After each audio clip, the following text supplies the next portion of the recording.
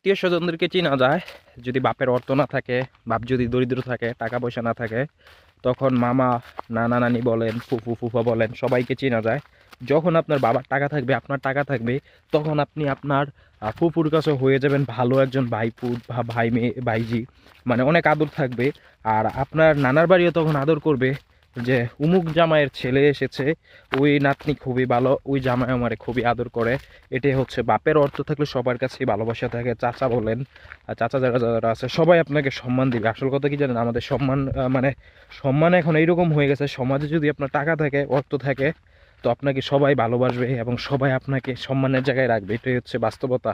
কারণ আত্মীয় স্বজনরাও এরকম, যদি আপনার বাবার অর্থ থাকে, আপনার অর্থ থাকে, দেখবেন আত্মীয় স্বজন আপনাকে গাইডলাইন দিতেছে, আপনার খোঁজখবর নিতেছে, কেমন আছেন, সব কিছুই খোঁজখবর নিবে।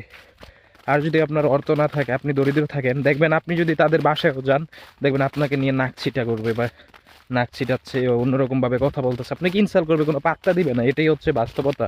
কারণ মানুষ অর্থের কাছেই বিক্রি হয়ে যায়। আপনার অর্থ আছে তো আপনি সবাই সম্মান দেবে, আর যদি অর্থ না থাকে তো আপনার কেউই ভালোবাসবে না, সবাই তুচ্ছ মনে করবে, ছোট মনে করবে। এটাই বাস্তবতা।